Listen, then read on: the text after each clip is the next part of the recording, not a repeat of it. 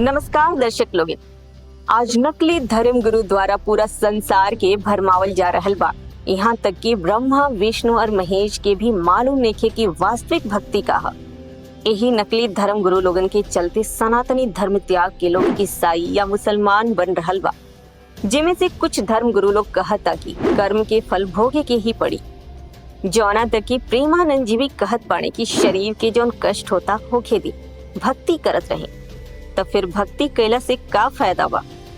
पूरा दिन हम रउआ खेत में काम करी, साझी खन खाए के ना होके, जबकि हमरे धर्म ग्रंथ श्रीमद् भागवत गीता अध्याय 9 श्लोक 2 में लिखल बाकी कि जौन वास्तविक भक्ति बा उ प्रत्यक्ष फल देवे वाला यानी तत्काल लाभ देवे वाला बा। अनिरुद्धाचार्य जी कहत बाणे कि हरे राम हरे कृष्ण ई वेद मंत्र है और ई प्रेमानंद जी सारा लोग से जाप करावत बाणे, राधा राधा जाप करो। लेकिन इस सभी मंत्र के कहीं भी यानी कि गीता वेद में जिक्र नहीं कइल गए, त खाली हवाला देहला से ना होला। त चली लोगिंग शुरू कई जाओ का बा देवी भागवत पुराण में वास्तविक भक्ति भाग 1। नमस्कार दर्शक लोगिन, रउआ लोग के स्वागत बटे ये विशेष रिपोर्ट में। अभी हम मौजूद बानी सतलोक आश्रम धनुषा नेपाल में। संत रामपाल जी महाराज द्वारा यहाँ आयोजित होता कार्यक्रम दिव्य धर्म यज्ञ दिवस जौना के नाम बटे, और एक कार्यक्रम में ये आश्रम में हम ऐसा स्थान पर मौजूद बानी जहाँ देख सके नहीं हमारा पीछे कितना वेद ग्रंथ रखल गई बा। और यहाँ ये नहीं है कि हिंदू धर्म से या कोनो एगो विशेष धर्म से किताब रखल गई बा। यहाँ चाहे वो हिंदू होके चाहे मुस्लिम या सिख ईसाई हर एक धर्म के धर्म ग्रंथ रखल गई बा। देख सके यहाँ बाइबिल बाटे, बाइबिल पर ध्यान दी। ओकरा नीचे कुरान मजीद बा यानी कि कुरान शरीफ यानी मुसलमान धर्म से रिलेटेड। साथ में उन्हें श्रीमद् देवी भागवत पुराण, शिव पुराण, ये सब और एक मतलब कि नाना प्रकार के किताब बही हुआ। देखिए मनुष्य स्मृति से लेकर और ये वेद, चाहे वो चारू वेद होके, रामायण होके या गीता होके, सब कुछ भरल पड़ल बटे। तो आखिर एक उद्देश्य का बा? साथ में इमा लाइने से लोग बैठ के चर्चा चल रहा बटे, मतलब कि वेद शास्त्र से रिलेटेड बात सब आपस में ज्ञान चर्चा होता थे। वैसे यह स्थान के नाम बटे शंका समाधान, मतलब कि रउरा अंदर कोनो शंका होके ओकर समाधान कल जाता है। ऐसे भी कहल जाला कि संत रामपाल जी महाराज धर्म परिवर्तन करावतानी, हिंदू धर्म के विरोधी बानी। संत रामपाल जी महाराज हिंदू धर्म के पूजा छुड़ावतानी। एकरा पीछे का सच्चाई बा, यहाँ वेद ग्रंथ रखे के का उद्देश्य बा? अक्सर हमनी के मंदिर मस्जिद में जाने से तो पब्लिक तौर पर ऐसा वेद धर्म ग्रंथ रखल ना मिलेला। अब यहाँ थोड़ा सा जाने के हम कोशिश करें कि आखिर ये सब के उद्देश्य का बा, इस चर्चा के का उद्देश्य बा। आई केहू से बात कर जाओ और जानल जाओ कि आखिर वास्तव में यहाँ का होता है। देखी ये शंका समाधान में हम जहाँ खड़ा बानी, यहाँ पीछे बड़का बड़का बैनर लागल बटे, जिसमें परमेश्वर कबीर साहब के असंख्य ब्रह्मांडों के लघु चित्र, ब्रह्मलोक और ये नाना प्रकार के यहाँ बैनर लगावल बटे। जन्म मरण के भी बात लिखल गई बा, चक्र से निकले के वो संत रामपाल जी महाराज के बड़का बड़का फोटो बटे। साथ में यहाँ ई नहीं है कि खाली भगत लोग के, मतलब कि जेंट्स लोग के, लेडीज से भी कुछ डिपार्ट बटे, जिसमें कुछ बतावल जाता, कुछ समझावल जाता, तो जो भी माई बहन आवता लोग उनका लोग के। अब यहाँ हम यहाँ के बानी सर जी, यहाँ से हम जानने की कोशिश करें कि वास्तव में यहाँ के कौन धर्म ग्रंथ से क्या समझावता नहीं। देखिए आई मौजूद बानी हम एगो यहाँ के सेवादार बानी आश्रम के, कुछ समझावता नहीं लोग के जो भी आवत थे। तो हम जानने की कोशिश करें कि एक तरफ तो संत रामपाल जी के कहल जाला कि हिंदू धर्म के विरोधी है, देवी देवता के पूजा छुड़ावे नहीं, लोग नाना प्रकार के ब्लेम लगावेला। दूसरा तरफ यहाँ उहे धर्म ग्रंथ के, हिंदू धर्म के ही धर्म ग्रंथ के यहाँ के लेके लोग के समझावता नहीं। तो आखिर के कौन सा बात समझावता नहीं, ये हम जाने की कोशिश करें। नमस्कार सर जी। सत सर, का नाम पड़ी राउत? आनंद दास। अच्छा, हम आइल बानी आश्रम के ऑब्जर्वेशन करते नहीं, बहुत सारा चीज़ हमरा देखे के मिलल। एगो चीज़ देखता नहीं जहाँ तक नेट पर या ऑनलाइन देखल जाला या लोग के विरोध करत वक्त कि संत रामपाल जी हिंदू के विरोधी है, हिंदू धर्म के देवी देवता के पूजा छुड़ावे नहीं। उहे के आश्रम में आज हम एगो चीज़ देखता नहीं कि देवी हिंदू धर्म के ही ऋग्वेद है, यजुर्वेद हो के, तो चाहे श्रीमद् भागवत देवी पुराण हो के, तो गीता हो के, तो सब कुछ दिखावल जाता, लोग के समझावल जाता। तो आखिर क्या समझावल जाता है हमें, एक बारे में बताएं हम। जी जी। सबसे पहले हम ऐसे तो प्रमाण हजारन प्रमाण बा, सारा टोटल भी जितना भी धर्म ग्रंथ बा, जितना वेद बा, पुराण बा, सब में बहुत सारा प्रमाण बा। प्रमाण अगर देखावेला हो जाए तो हुआ वीडियो बनावे में कम से कम 10 घंटा का बीत जाए। इनमें से कुछ एक चीज हम लोग के दिखाए, जैसे यहाँ यजुर्वेद बा, देवी भागवत पुराण बा, गरुड़ पुराण बा, कुछ चीज बा हम इनमें से कुछ एक चीज हम दिखाए रहुआ के। मुख्य चीज हमने के चल जाइए कि आज गुरुजी संत रामपाल जी महाराज पर जौन ब्लेम लाग रहा बा, वो कौना कारण से लाग रहा बा? सारा दुनिया कहता कि वहाँ के सारा भक्ति छोड़वावत नहीं, लेकिन भक्ति वास्तविक का बा ये हमने के प्रमाणित जौन ग्रंथ कहता। जैसे गीता में बतावल गईल बा कि शास्त्र विधि के छोड़ के मनमाना आचरण करे वाला के ना सुख होला, ना शांति होला, ना मोक्ष होला। गुरुजी सत्संग में बार बार दिखाते हैं। जो शास्त्र विधि को त्याग कर मनमाना आचरण करते हैं, यानी जो पवित्र सदग्रंथों में वे ऑफ वर्शिप नहीं लिखी है, साधना की विधि, और उसके आधार से जो भक्ति करते हैं उनको कोई लाभ नहीं होता। देखिएगा, यह है श्रीमद् भगवद गीता अध्याय नंबर 16, श्रीमद् भगवद गीता अध्याय 16 का श्लोक नंबर 23। जो पुरुष शास्त्र विधि को त्याग कर अपनी इच्छा से मनमाना आचरण करता है वह न तो सिद्धि को प्राप्त होता है, न परम गति को और न सुख को ही। 24वें श्लोक में 16वें अध्याय के में कहा है, इससे तेरे लिए कर्तव्य और अकर्तव्य की अवस्था में जो कर्म करने चाहिए भक्ति के, जो ना करने चाहिए, शास्त्र ही प्रमाण है। किसी की दंत कथा पर विश्वास मत करना। ऐसा जानकर शास्त्र विधि से नियत यानी शास्त्र अनुकूल कर्म करने योग्य है, कर्म ही करने योग्य हैं, यानी और कर्म नहीं करना। जो गीता में लिखा वही मंत्र जाप करना, उतनी ही क्रिया करना। एक हमने के थोड़ा से एबरैया हमने के मौजूद बा देवी भागवत पुराण प्रथम खंड, द्वितीय खंड, यजुर्वेद एवं गरुड़ पुराण में बा। हम मंगा ऐसे हम प्रमाणित करके दिखाए। सबसे पहले हम ये प्रमाणित करें कि जौना के हमने के आज सारा दुनिया ब्रह्मा विष्णु महेश तक फंसा दिले हैं कि त्रिदेव से बड़ा कोई देवता नहीं है। आज हजारन के संख्या में धर्म गुरु वालों ऐसे नाम रखा जाए तो बहुत लोग बा, रुद्राचार्य, देवकीनंदन ठाकुर, ज्ञानानंद जी, प्रेमानंद जी, एगो नया में यहाँ के शास्त्री जलवेंद्र धीरेन्द्र शास्त्री, ऐसे बहुते लोग बा, हजारन के संख्या में धर्म गुरु हो गए लोग। इनके मतलब यही धर्म गुरु लोग द्वारा मतलब ब्लेम लगावल जाता था कि संत रामपाल जी हिंदू के विरोधी बानी, पूजा के छोड़ावता नहीं, जौना नाम लेता है जकर जकर, यही सब के द्वारा। जी जी, यहाँ लोग के जहाँ ले फंसावत है लोग कि संत रामपाल जी महाराज जौन पूजा छोड़ा रहा बने, एक और सीधा प्रमाण कबीर सागर में बा। ओकरा में बतावल गईल बा कि ज्योत निरंजन बड़ा बटपारा, तीन लोक जीव करहु हरा, तीन के पुत्र है, तीनों देव आए आनहर जीव से करत है सेवा। यानी तीन देव जो है ब्रह्मा विष्णु महेश, इन्हीं तकले सारा लोग के ले फंसावल गईल बा।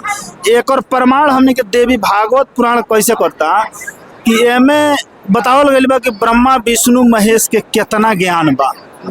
वास्तविक ज्ञान जौन भक्ति से मूल भक्ति से जाना से लाभ मिले चाहिए, जौन श्रीमद् भागवत गीता का अध्याय 9 का श्लोक 2 में बतावल गईल बा कि प्रत्यक्ष फल देवे वाला यानी तत्काल लाभ लेवे वाला भक्ति बा। आई सभे लोग कहता कि कर्म के फल भोगल जाओ।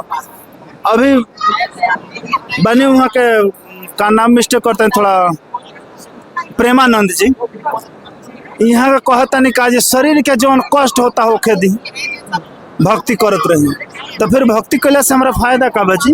पूरा दिन हम लोग खेत में काम करी आ सांझी खाना खाए के ना होके। आ जबकि हमारे ग्रंथ श्रीमद् भागवत गीता में अध्याय 9 के श्लोक 2 में लिखल बा, रामचरित्र मानस में लिखल बा कि जौन वास्तविक भक्ति बा प्रत्यक्ष फल देवे वाला, तत्काल लाभ देवे वाला। ई जकरा के यहाँ लोग के अपन इष्ट मनले बनी, यानी कि हमारा सर्वे सर्वा उहे बढ़ले बने, उनका लगे कितना ज्ञान बा थोड़ा सा हमने के यह ग्रंथ से प्रमाणित कर रहा जाए, ताकि पता चले कि जब इष्ट के इतना ज्ञान बा तो वहाँ के शिष्य के कितना ज्ञान हुई। जे भी अपन दर्शक जे देखे थोड़ा ध्यान से समझ। देखिए रउरा एगो मतलब बड़ भारत के महान जे भी संत आज के दुनिया में बा, सबके ऊपर वो ब्लेम लगावता नहीं, एगो बात के ब्लेम लगावता नहीं ज्ञान के लेके, ठीक। और रउरा उहे धर्म शास्त्र के ले बनी जवना धर्म शास्त्र के वहाँ लोग के देखावे नहीं लोग, तो इनमें से प्रमाण का बटे कि रउरा ई सब बात कर रहल बनी? ये चीज हमें मेरे देखा है। और दूसर का चीज जे भी हमनी के गुरुजी पर जे ब्लेम लगा रहल बा, उ लोग आज ले कोनो ग्रंथ खोल के दिखौले नहीं खोले, खाली हवाला देले होले। आज एक चीज हम मीडिया से ई चीज पूछे के चाहतनी, जे भी दर्शक ई वीडियो देखे वो कम से कम अनुरुद्धाचार्य जी से ई क्वेश्चन पूछ ले कि वहाँ के कहिले कि हरे राम राम राम हरे हरे, हरे कृष्ण कृष्ण कृष्ण हरे हरे, ये वेद के मंत्र हो। तो तनी एक बार अनुरुद्धाचार्य जी वेदवा खोल के दिखा दी कौना वेद में लिखल बा। खाली हवाला देहला से ना होला। प्रेमानंद जी सारा लोग से जाप करवाओ, तनी राधा राधा जपो, हमरा वेद में न चाहिए जी। यानी कि हरे राम इतना बड़का मंत्र कहल जाला, अठजाम भी होला में लोग हम मतलब कि देहात में लोग अठजाम करावेला, ओकर 24 घंटा तले चलेला सब उच्चारण, तो उ सब वेद में नहीं खे। सब मनमुखी आचरण हो, कमाए के एगो धंधा जरिया हो गइल बा। राधे राधे तो एकरा मतलब पूरा फेमस बारौरा कहते हैं, कैसे हो सकेला एकरा? सब कमाए के जरिया है, कहीं वेद में नहीं के लिखल। शंकर भगवान के भक्त अगर नाम जप करना हो तो किस नाम का जप कर सकते हैं? गुरु से पूछो, जो इस मार्ग का गुरु हो उससे पूछो, क्योंकि अब हमसे पूछोगे तो हम तो राधा ही राधा चिल्लाते हैं। साधना करने का खूब कोशिश की हमने। अब पढ़े गीता और नाम ले हरे कृष्ण कृष्ण कृष्ण हरे हरे राधे राधे, कोई बात हुई या? बालकों का खेल बना रखा हमने, भगवान की तरफ जरा भी ध्यान नहीं दिया। गीता जी में है कहीं ये मंत्र, फिर जाप किस लिए कर रहे हो? परमात्मा का विधान है ये। हमने गीता जी के अतिरिक्त, वेदों के अतिरिक्त किसी की भी आदेश की पालना नहीं करनी है। यदि हम परमात्मा के विधान के विरुद्ध किसी की आज्ञा का पालन करके साधना करते हैं तो वो शास्त्र विधि को त्याग का मनमाना आचरण है। तो कहने का भाव है, ने अपने मनमुखी मंत्र लोक वेद जनता में ठोक दिया और सबकी दुर्गति हो रही है। उन संतों की भी दुर्गति हो रही है जो इस पंथ के प्रवर्तक थे। अब कारण क्या था कि उनके पास तत्व ज्ञान नहीं था। देवी भागवत पुराण में एक चीज हम पहले स्पष्ट करबे करके, हमरा देवी भागवत पुराण में ई चीज बतावल गइल बा कि जितना भी वेद शास्त्र धर्म ग्रंथ बा हमने के, उ जब वेद से मिली तबे प्रमाणित होई। एकरा हम ले लेब, ओकरा बाद फिर हम आगे चले। में बतावल गइल बा कि वेद ही पूर्ण रूप से धर्म मार्ग के प्रमाण है। उस वेद राशि से विरोध न रखने वाले जो कुछ भी है वही प्रमाण है, दूसरा नहीं। यानी वेद से जौन मिल जाए उहे प्रमाण हो, दोसर ना। फिर लिखल बा स्मृति पुराण तंत्र शास्त्र तथा अन्य ग्रंथ जितना भी बा, जना में कहल जाला 18 पुराण 6 शास्त्र 11 उपनिषद 108 गो उपनिषद हो गइल बा। इस सारा के बतावल गइल बा कि इनके वेद मूलक होने की स्थिति में, यानी वेद से जब मेल हो जाए तबे वो प्रमाण होते हैं। इसके विपरीत वे कभी प्रमाणित नहीं हो सकते, यानी कि वो ज्ञान झूठा बा। तो ये जितना आज राधा राधा जाप करवावल जाता, ये राधा के बारे में थोड़ा सा एगो ब्रह्म वैवर्तस्व पुराण में थोड़ा सा लिख दहल बा, लेकिन एगो से प्रमाणित ना मानल जाला। आज संत रामपाल जी महाराज जितना चीज कहता नहीं, आज सुनी, आज जौन भी जे राधा राधा जाप करावता है हरे कृष्ण हरे राम, उत्सव के कहता वेदवे के हक का, तो वेदे के हटे, तो रौरा कहता नहीं वेद के ना हो। तो एगो आम जे दर्शक बटे उ केंगा एकर जस्टिफाई कर सकेला कि के झूठ बोलता के सत्य बोलता टे? आज हमने के 4 वेद 6 शास्त्र 18 पुराण बा, वेद से मिलित तो प्रमाणित हम मानब। गुरुजी के कहा नाम यह बा कि जौन चीज बा ग्रंथ से क्लियर होके, हवाला सभे लोग देता, जितना भी धर्म गुरु बा सभे हवाला देता, लेकिन हे तरह से उंगली रख के ग्रंथ देखा के आ केहू बतावत नहीं खे। तो ऐसे हम सभे दर्शक से ये चीज के प्रार्थना करब कि एक बार प्रेमानंद जी से अनुरुद्धाचार्य जी से ये चीज के मांग होके कि थोड़ा देखा दी लोग जे कौना वेद में कौना गीता में लिखल बा कि राधा राधा के जाप करे के। श्रीमद् भागवत गीता के अध्याय 8 का श्लोक 13 में बताओ तो सिर्फ ओम के जाप करे के। 17 के 23 में बताओ बने कि वो परमात्मा के पाव के बात ओम तत्व सत्य के मंत्र हिसाब से निर्देश दहल गइल बा। आ फिर 4 के 34 में बताओ गइल बा कि जो तत्वदर्शी संत जो दंडवत प्रणाम का अधिकारी होगा ओकरा से ज्ञान लहल जाई तब कल जाई। तो यहाँ लोग से हम एक गो प्रार्थना करब कि ये लोग से ये चीज हमार दर्शक प्रेमी जे भी बा एक बार मांग करे कि कम से कम यहाँ लोग के वेद गीता में देखा दी कि कहाँ राधा राधा जाप बा आ कहाँ हरे राम हरे कृष्ण लिखल बा। ओकरा बाद वहाँ का सत्य मानल जाई, नहीं तो सरासर झूठा बा। कौनो वेद कौनो गीता में नहीं लिखल। अब ऐसे यहाँ लोग के भर मालूम है कि हमारा तो सबसे पहल का प्रमाण हमें मिलता कि ब्रह्मा विष्णु महेश ये लोक के मालिक जकरा के बतावल गइल बा, 3 लोक के मालिक आ उहे के ई लोग के अपन सर्वो सर्वा बड़का मान के पूजता नहीं लोग। एमे कुछ लोग बतावता कि ब्रह्मा जी के बाप विष्णु जी या विष्णु जी के बाप शंकर जी। हमारा अनुरुद्धाचार्य जी कहिले थोड़ा इहो प्रमाण पूछल जाई कि जब एम देवी भागवत पुराण में कहता लो कि रउआ महतारी है हमने के जनमल बनी जा, यानी ब्रह्मा विष्णु महेश तीनों जाने दुर्गा जी के बेटा हलो, तो उनकर बाप ऊ के हो गइल जी, भाई के बाप के बाबा बना दे बा। अभी आपको दिखाते हैं श्रीमद् देवी भागवत। वो श्री ब्रह्मा, श्री विष्णु, श्री शिव जी के विषय में क्या जानकारी देते हैं। आप जी ने ये देखिएगा, श्रीमद् देवी भागवत सचित्र मोटा टाइप केवल हिंदी, गीता प्रेस गोरखपुर से प्रकाशित है। इसके कौन है संपादक? हनुमान प्रसाद पोदार चिमनलाल गोस्वामी।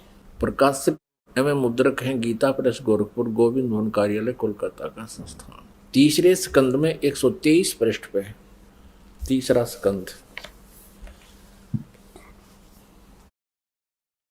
भगवान विष्णु जी अपनी माता दुर्गा की स्तुति कर रहे हैं। क्या कह रहे हैं? तुम शुद्ध स्वरूपा हो, यह सारा संसार तुम ही से उद्भासित हो रहा है। मैं ब्रह्मा और शंकर, विष्णु जी करें, हम सभी तुम्हारी कृपा से विद्यमान हैं। हमारा आविर्भाव माने जन्म, तिरोभाव माने मृत्यु। हमारा आविर्भाव और तिरोभाव हुआ करता है।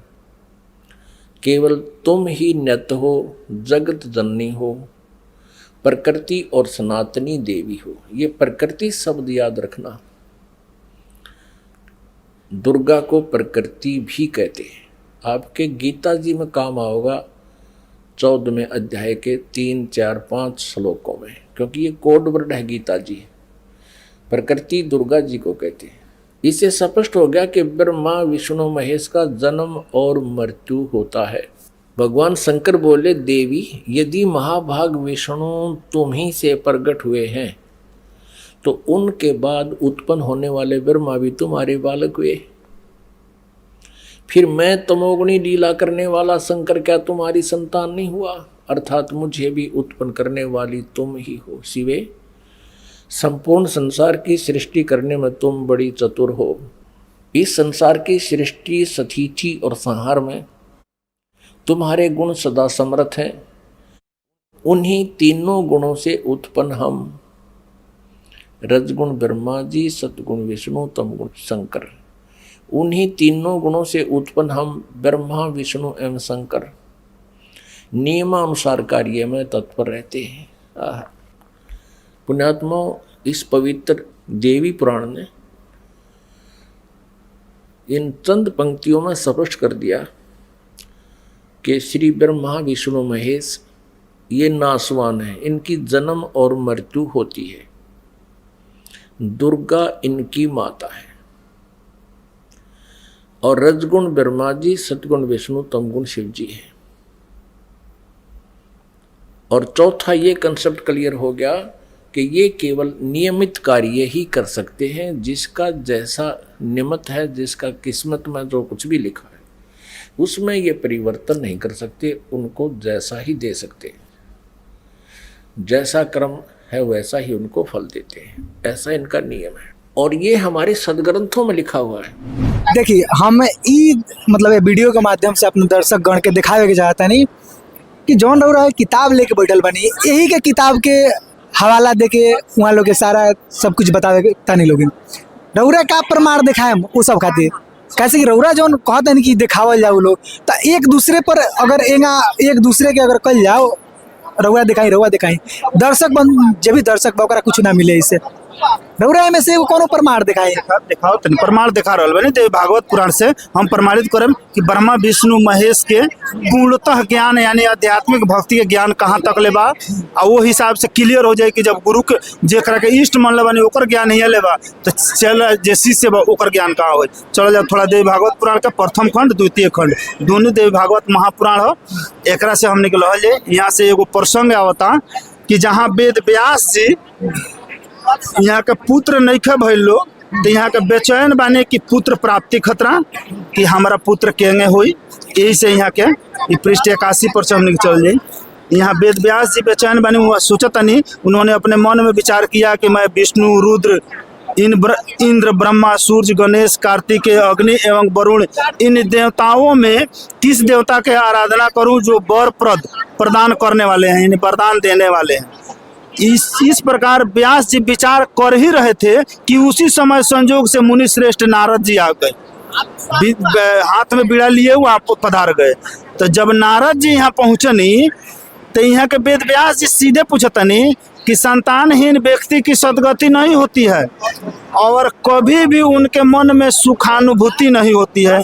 इसी बात को लेकर मैं अत्यंत दुखित हूँ और बार बार यही सोचता हूँ कि मैं अभिलाषित फल देने वाले किस देवता को अपनी तप साधना से प्रसन्न करूँ।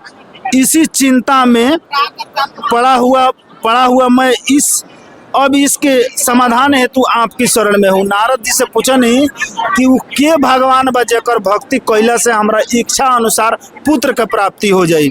यहाँ नारद जी से वेद व्यास जी पूछता नहीं, ये चल जाए ज्ञान के ऊपर वेद व्यास जी का पता नहीं है कि वो पूर्ण परमात्मा के है जेकर भक्ति कैला से हमारा लाभ मिले। तो यहाँ के नारद जी से पूछे नहीं, अभी नारद जी यहाँ बताओ तनी अगला पृष्ठ को चले। यहाँ नारद जी बताओ तनी कि एक बार नारद जी का बता रहा बने कि यह सब अदवा एक बार हमारे पिताजी पूछल रहनी या साहब बा कि हे परास्तत्व ने महाभाग आपके द्वारा जो प्रश्न यहाँ मुझसे पूछा गया है वैसा ही प्रश्न पूर्व काल में मेरे पिता ब्रह्मा जी ने मधुसूदन भगवान विष्णु से किया था।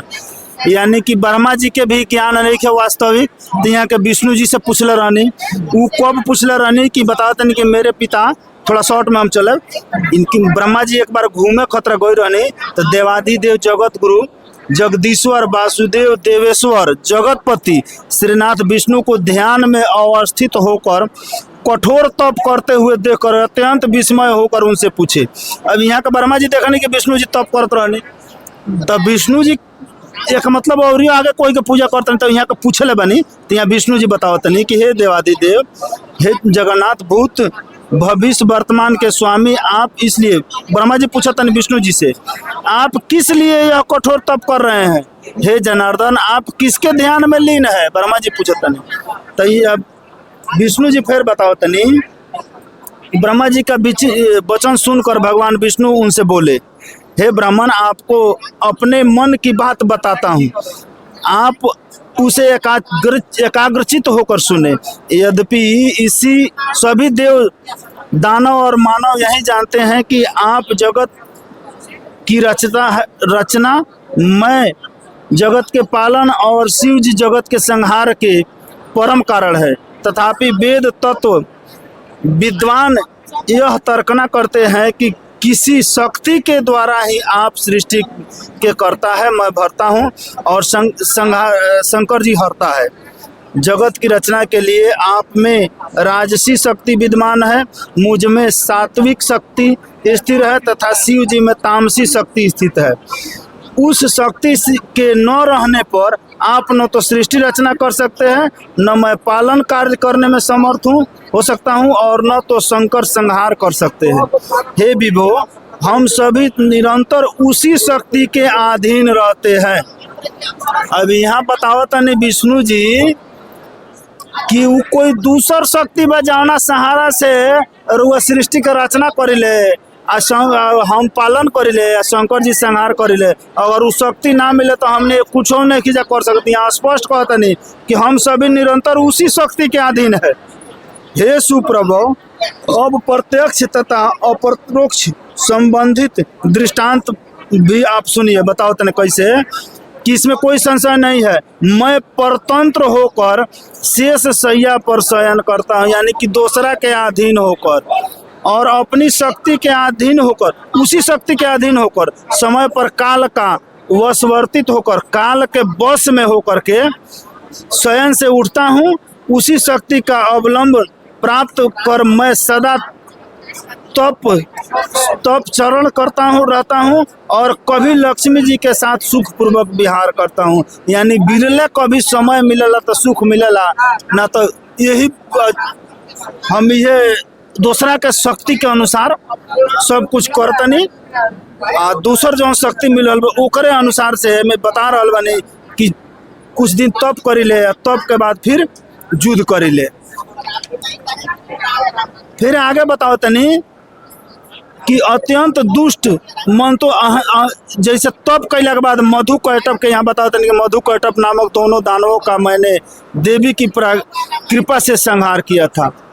यहाँ आगे फिर बताते हैं उसी शक्ति की इच्छा से मैं परम पुरुष के रूप में महासागर में विचरण करता हूँ। यानी दूसरा शक्ति के सहारे हम चल रहे बनी। अब इस शक्ति के है यहाँ का स्पष्ट कैले बनी कि वो देवी दुर्गा है। दुर्गा जी के सहारे हम चली ले, दुर्गा जी के अलावा कोनो सहारा नहीं है। अब बताएं कि ब्रह्मा जी के नारद वेद व्यास जी के जानकारी नहीं है, नारद जी से पूछने, नारद जी के जानकारी नहीं है तो ब्रह्मा जी के बारे में कहनी है, ब्रह्मा जी विष्णु जी से पूछते नहीं, विष्णु जी दुर्गा जी के लगे बताओ तने। अब जब जेकरा के मेन बतावल गए ई लोग के वो वास्तविक ज्ञान नहीं है तो जे शीश बा वो लोग के कितना ज्ञान हुई। तब न ये देवी भागवत पुराण में लिखल गई बा कि कलयुग के जे ब्राह्मण बा उ राक्षस हो। देखिए ये तो बात रहा कहानी कि ब्रह्मा विष्णु महेश के देवी पुराण के अनुसार वास्तविक परमात्मा के बारे में जानकारी नहीं थी, यथार्थ परमात्मा के बारे में इके बटे ना एक दूसरे के ऊपर सबके लगा रहा बा, पूछ रहा बटे।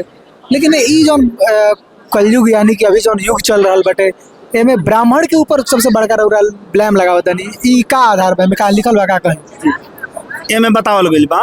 आगे फिर हम चलब जैसे विष्णु जी भेज दानी दुर्गा जी के लगे। अब दुर्गा जी वास्तविक भक्ति का बा। आज एमे एगो चीज और हमने के देखे के मिले कि 9 दिन के नवरात्रा हमेशा हो रहा बा, हर साल हो रहा बा, 2 बार करावल जाता, चैतों में कुआरों में। आई नवरात्रा में होत का बा कि मूर्ति बना के दिन रात पूजा होता, 9 दिन भूखावल जाता।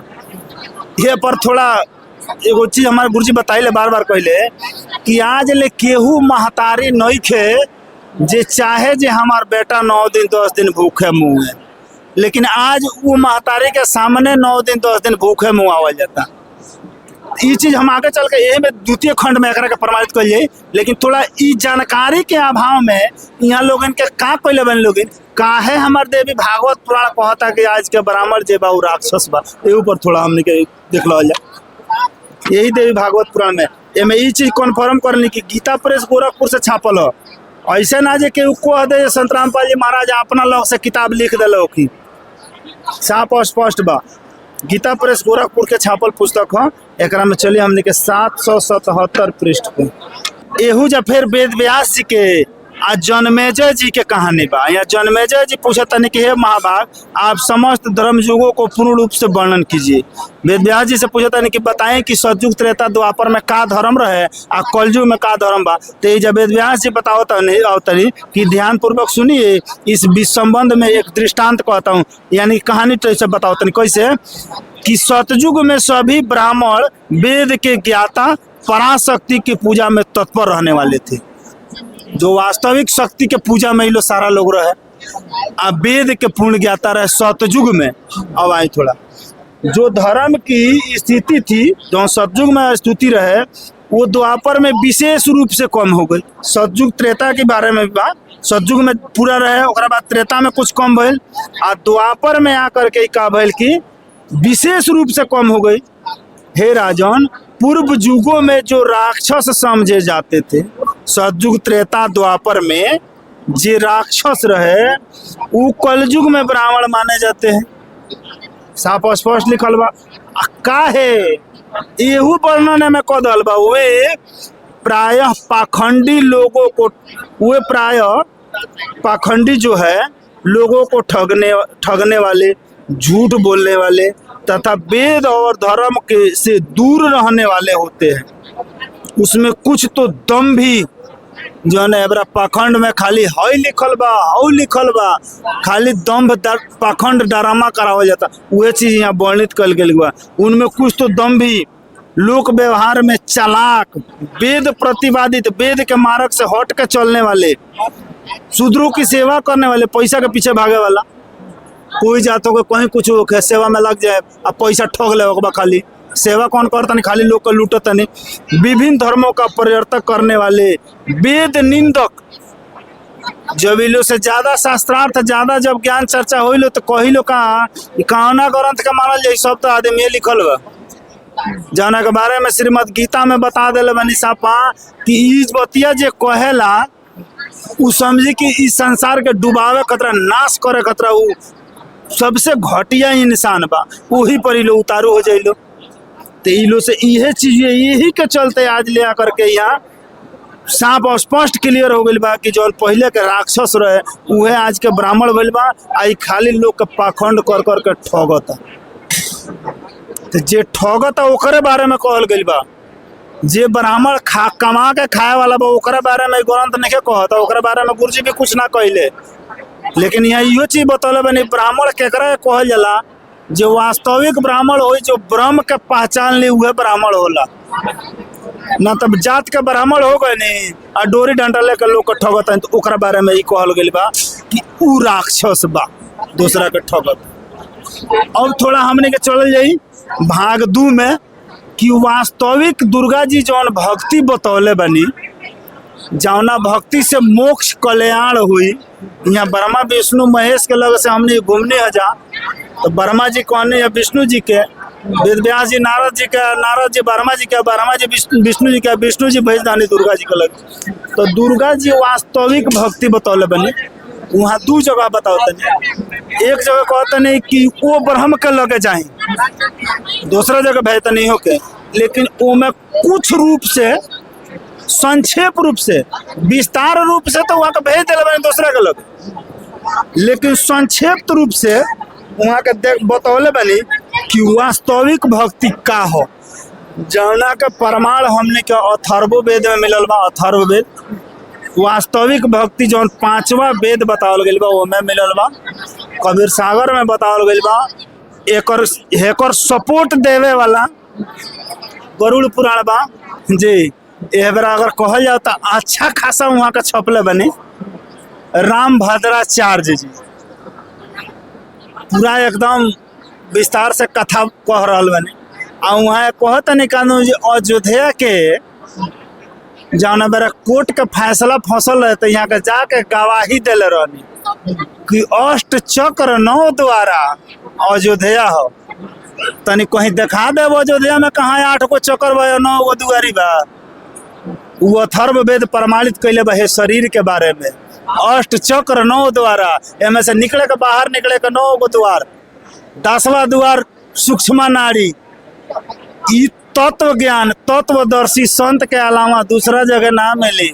जो पूर्ण परमात्मा के यह बतावल गइल बा कि ऋग अजुर्वन साम अथर्वन 4 वेद चतभंगी रे आ स्वसम वेद बाचे साहेब का ऊ हंसा सत्संगी रे। ऊ सत्संग होला, बाकी लोग तो खाली यहाँ ड्रामा होता, कहीं के जोड़ कहीं ले आके गिरा दे बा। सबसे पहले वो अथर्व वेद के क्लियर करी कि वो का बतावल गइल बा। 8 चक्र 9 द्वारा, ये 8 गो चक्र वाला जौन देवी भागवत पुराण, गरुड़ पुराण, ऐसे ऐसे कई गो ग्रंथ में क्लियर कल गइल बा। ओकरा को स्पष्ट करी 8 चक्र इहे वास्तविक पूजा हो। एगो चीज और हम यहाँ कहब कि आज ई बाबा जितना बाने लोग धर्म गुरु, ऊ परमात्मा ई शरीर बनौले बनी। सारा लोग वेद पाच ले बा, वेद पढ़ ले बा। अब वेद पढ़ के का करता, वेद पढ़े और वेद न जाने बाँचे पुराण 18। अब पत्थर की पूजा करे, भूल गए सिरजनहारा जे हमने के बना के भेजो और शरीर बनौलस। एकरा अंदर 8 गो कमल बनल बा आ यही कमल में ई मन आ दिल है में बा। देखिए सबसे बड़का सवाल बाकी रहा ब्रह्मा विष्णु महेश के स्थिति बतानी है, ज्ञान बतानी है। फाइनल ई निष्कर्ष निकला कि विष्णु भगवान भेजता नहीं दुर्गा जी का लोग। अब दुर्गा जी के का स्टेटमेंट बटे एकरा बारे में क्लियर करी देवी पुराण में।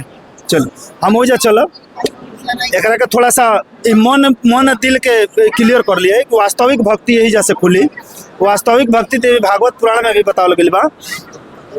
थोड़ा ही जल्दी लो जाए फिर हमने चलो जाए जैसे कि ज़्यादा विस्तार होता। एमे कमल के बारे में दुर्गा जी बताओ तड़ी कि वास्तविक भक्ति का बा। आ ये किताब के सपोर्ट देता हो ई ना जे हम मान ली कि एगो किताब में लिख दहल गइल बा जैसे ब्रह्म वैवर्त पुराण से लेकर राधा राधा के जाप करा रहल बा ओकर सपोर्ट कहीं और से देखाई। ये आज सपोर्ट कर रहल बा इहो गीता प्रेस से छापल गरुड़ पुराण यहाँ से क्लियर कर रहल बा। मूलाधार चक्र में गणेश जी का जौन यहाँ चतुर्दल मूलाधार कमल। ओकरा बाद बतावल गइल बा स्वाधिष्ठान चक्र में ब्रह्मा जी का स्वाधिष्ठान कमल।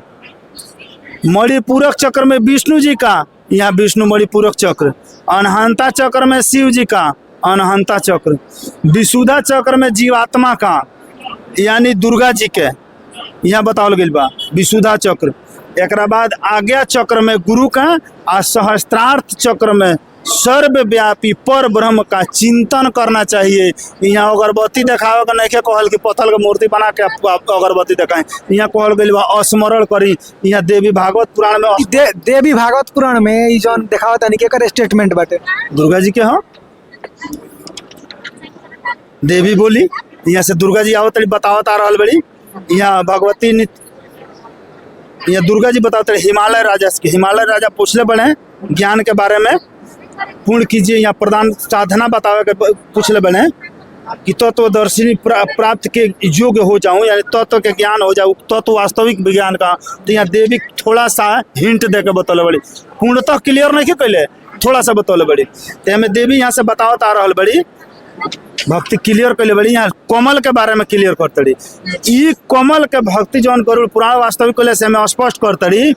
उसके ऊपर परमात्मा के द्वारा आधिष्ठ श्रेष्ठ आज्ञा चक्र है जौन आज्ञा चक्र यहाँ लास्ट आयल। सर्वप्रथम पूरक प्राणायाम के द्वारा मूलाधार में मन लगाकर मूलाधार यानी जड़ शुरू से मन लगाना चाहिए। तत्पश्चात गुदा और मेरु के बीच में यानी कि हड्डी के द्वारा जौन कमल बतावल गई कमल के द्वारा आगे बढ़ते हुए द्वारा कुंडलिनी शक्ति को समेट कर यानी कुंडलिनी शक्ति जाना के बारे में हमने यहाँ बहुत सीरियल भी चलल गई बाटे। जैसे शक्तिमान सीरियल में देखावल गई कि कुंडलिनी जागृत वह वास्तविक भक्ति कुंडलिनी के समेट कर उसे जागृत करना चाहिए। जब कुंडलिनी जागृत हुई तब वास्तविक भक्ति हुई। पुनः लिंग भेदन के क्रम से स्वयंभू लिंग से प्रारंभ करके उस कुंडलिनी शक्ति को बिंदु चक्र यानी सहस्त्रार्थ चक्र तक ले जाना चाहिए। वो कुंडलिनी के यहाँ से उठावत ऊपर जब सहस्त्रार्थ यानी पूर्ण परमात्मा तक ले जा करके ले जाना चाहिए। इसके बाद उस पराशक्ति का जो पूर्ण परमात्मा का शक्ति है सहस्त्रार्थ में स्थिर परमेश्वर स्वयंभू के साथ एक भाव से ध्यान करना चाहिए। वो वास्तविक भक्ति दुर्गा जी बतौले बड़ी। ओकरा हिसाब से भक्ति करे के बाद उहे भक्ति आज संत रामपाल जी महाराज सारा ग्रंथन से प्रमाणित करके शरीर के अंदर जौन कमल चक्र बा एकरा के कमल चक्र के उजागरित करके अब बताओ तने कि ब्रह्मा विष्णु महेश के भक्ति नीचे से करते हुए और वो पूर्ण परमात्मा जे सबकर मालिक बा जकरा के वेद गीता पुराण बाइबल गुरु ग्रंथ में बताल गइल बा कि सबके मालिक वो पूर्ण परमात्मा कबीर साहेब बन।